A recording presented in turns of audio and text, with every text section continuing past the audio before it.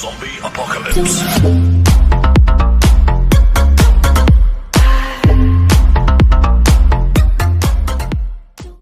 Hello everyone, this is Priyanshu. आप सभी का स्वागत है इस सेशन के 27th वीडियो में, जिसमें हम सीखेंगे एक बहुत ही मस्त टॉपिक जिसका नाम है स्ट्रिंग। सबसे पहला क्वेश्चन जो सबके मन में आता है, क्या स्ट्रिंग एक डेटा टाइप है? तो answer is a big no. अपना स्ट्रिंग एक डेटा टाइप नहीं है। तो फिर क्या है ये? स्ट्रिंग एक एरे है, ठीक है। एरे कैसे?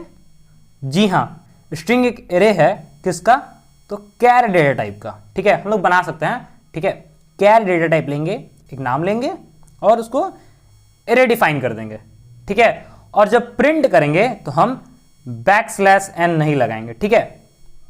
इससे क्या होगा कि हमारा जितना भी डेटा रहेगा ना, इसमें हम स्टोर करेंगे, सॉरी डेटा, हाँ, यहाँ पे जो भी स्टोर करेंगे डेटा इक्वल्स टू में, वो एक लाइन में प्रिंट हो जाएगा।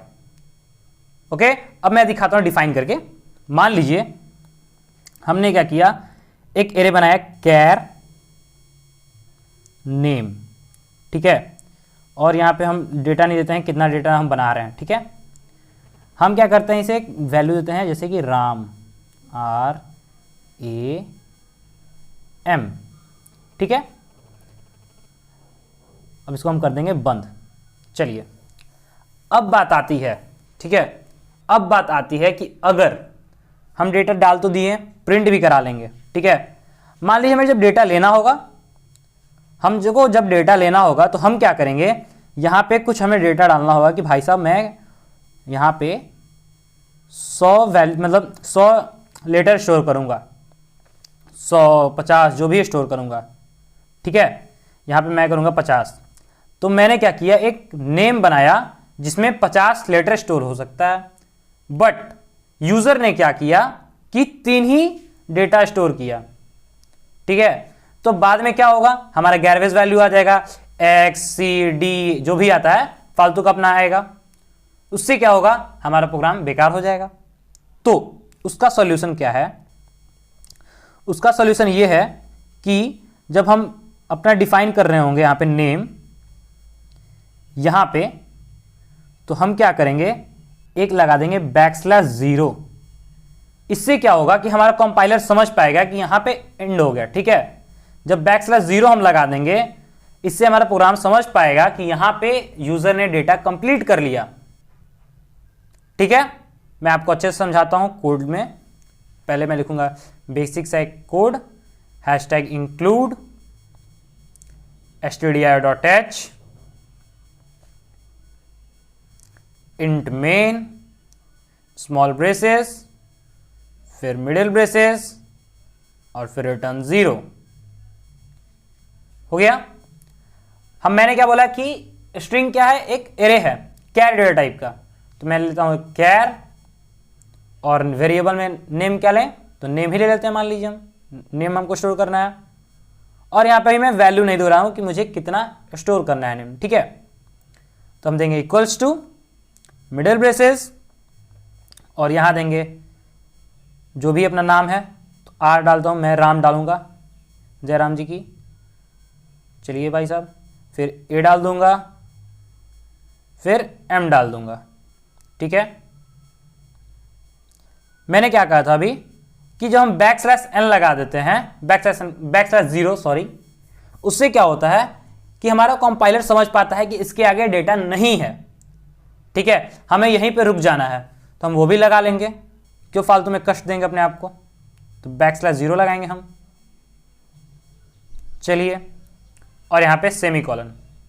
इससे क्या हुआ कि हमारा एक 3 लेटर का एरे बन गया, और लास्ट में एक \0 इसलिए हम लगाएं ताकि अपना कंपाइलर समझ पाए कि ये 3 ही लेटर स्टोर करता है, ठीक है। स्टोर करना है इसको, ओके।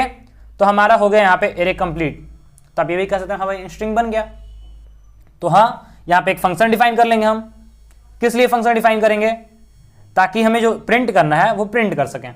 तो प्रिंट करने के लिए हम एक बना लेते हैं फंक्शन void स्मॉल ब्रेसेस में रखेंगे क्योंकि अपना सी केस सेंसिटिव होता है, आपको पता है ये बात। तो लिखेंगे वॉइड, कुछ भी नाम डाल सकते हैं, प्रिंट नेम, और फिर ये किस टाइप का डेटा लेगा, तो कैर नेम लेगा, ये कैर नेम जो एक एरे है, ठीक है। फिर अब इसे हम मिडिल ब्रेसेस में डिफाइन करेंगे। अब हमें प्रिंट करना है ना सबको, तो मेरे पास क्या आइडिया है, मैं सारा लिख सकता हूं, ठीक है, लाइन वाइज, कि आप पहले क्या करो, 0 प्रिंट करो, फिर 1 वाला प्रिंट करो, फिर 2 वाला प्रिंट करो, और फिर मैं लूप भी लगा सकता हूं। तो मैं क्या करूंगा, लूप लगाऊंगा, ठीक है, क्योंकि मैं आलसी हूं।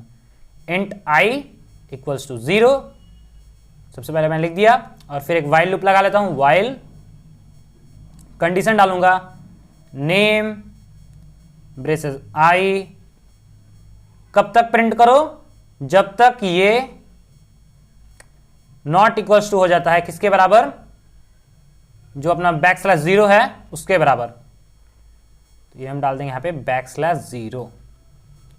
हमने कहा कि जब तक ये \0 नहीं होता तब तक आप प्रिंट करो, ठीक है। अब आते हैं हम नीचे और इसे करते हैं डिफाइन, लिखेंगे printf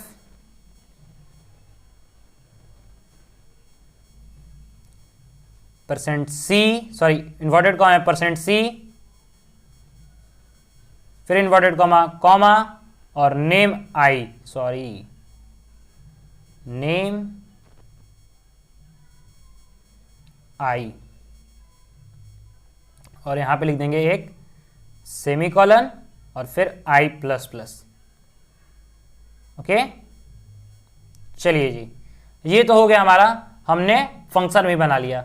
अब हमें क्या करना है, कुछ नहीं, तो सिंपल सा है, हमें फंक्शन यूज करना है जो है प्रिंट नेम, और यहां पे नेम डाल देंगे और लास्ट में सेमीकोलन। हमने कह दिया कि आप जो नेम वेरिएबल है उसको यूज कर लो। अब हम करेंगे कंपाइल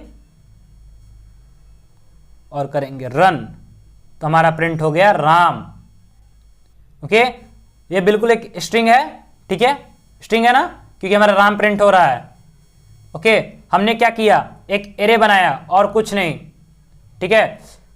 यहां पे हम ये भी लिख सकते हैं राम, फिर एक कॉमा देंगे, कॉमा है तो हम एपोस्ट्रोफी देंगे, फिर एंड, और फिर एपोस्ट्रोफी देंगे, फिर कॉमा देंगे, फिर एपोस्ट्रोफी देंगे और लिखेंगे सीता।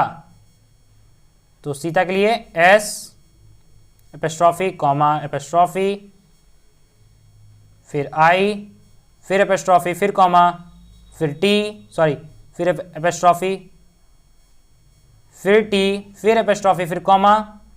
इतना मेहनत भगवान जी, थैंक यू।